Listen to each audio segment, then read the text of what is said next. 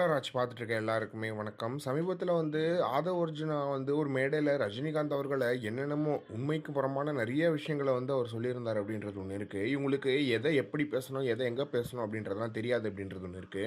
ஆனா கேட்டா, சீமான் அவர்கள் மட்டும் விமர்சிக்கலையா? அப்படின்ற மாரியான ஒரு வ வாதத்த வைக்கிறாங்க. முட்டா பயலுகளா சீமான் அவர்கள் விமர்சனம் செஞ்சாரு. அவர் தமிழர் இல்லை, அவரு அரசியலுக்கு செயல்பட மாட்டாருன்றத விமர்சனமா இருந்துச்சே தவிர்த்து, உண்மைக்கு புறம்பான விஷயங்கள் எதுவுமே அவர் பேசல அப்படின்றது ஒண்ணு இருக்கு.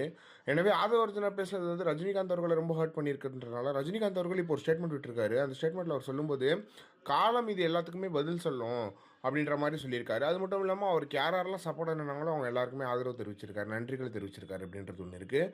காலம் இதுக்கெல்லாம் பதில் சொல்லும், நான் பொறுமையாக இருக்கேன் அப்படின்ற மாதிரியான விஷயங்களை சொல்லியிருக்காரு. அது என்ன அப்படின்னு பார்த்தீங்கன்னா ஒரு ரஜினிகாந்த் ஓட்டு விஜய்க்கு கிடையாது அப்படின்றத தான் அவர் இப்படி சொல்லியிருக்காரு அப்படின்றது ஒன்று இருக்குது. யதார்த்தமாகவே ஒரு ரஜினிகாந்த் ஓட்டு கூட, ஒரு அஜித்குமார் ஓட்டு கூட அவங்க ரசிகர்கள் ஓட்டு யாருக்குமே கிடையாது. விஜய் ரசிகர்கள் மட்டும் தான் விஜய் ரசிகர்கள் விஜய்க்கு ஓட்டு போடுவாங்க அப்படின்றது ரொம்ப கிளியராக தெரியுது.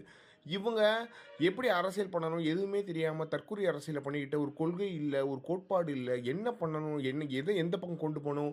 சிபிஐ ஆஃபீஸ்லேருந்து வெளியே வர்றாரு, கை காமிச்சிட்டே வர்றாரு. 41 பேரை கொண்டுபிட்டு வெளியே வரும்போது கை கட்டிட்டு வர்றது பேர் இது பெருமையாக இவங்க பேசுகிறாங்க அப்படின்றதுலாம் ஏற்றுக்க முடியாத ஒரு விஷயமா இருக்குது. எனவே ரஜினிகாந்த் அவர்களுக்கு அவர் செஞ்ச சரியான விஷயம் இந்த மாதிரியான ஒரு ஸ்டேட்மெண்ட்டை வெளியிட்டது தான் அப்படின்றதுல எந்த ஒரு மாற்றமே கிடையாது. எனவே ரஜினிகாந்த் அவர்களுக்கு எல்லாருமே ஆதரவாக நிற்கும் போது மக்களும் ரஜினிகாந்துக்கு ஆதரவாக தான் நிற்கிறாங்க அப்படின்றது ரொம்ப கிளியராக தெரியுது. எனவே உண்மைக்கு புறமான விஷயங்களை தேவையில்லாமல் அவதூறுகளை பேசுறதுலாம் ரொம்ப தவறான விஷயம் அப்படின்றது ஒன்று இருக்குது. இந்த மாதிரி ஸ்டேட்மெண்ட்டை ரஜினிகாந்த் அவர்கள் அவர் அரசியல் வாழ்க்கையில் விட்டதில்லை, இதுதான் ஃபஸ்ட் டைம் அப்படின்றதுல எந்த ஒரு மாற்றமே கிடையாது. இதை பற்றி நீங்கள் என்ன நினைக்கிறீங்க அப்படின்றத மறக்காம கமெண்ட் பாக்ஸில் சொல்லுங்கள்.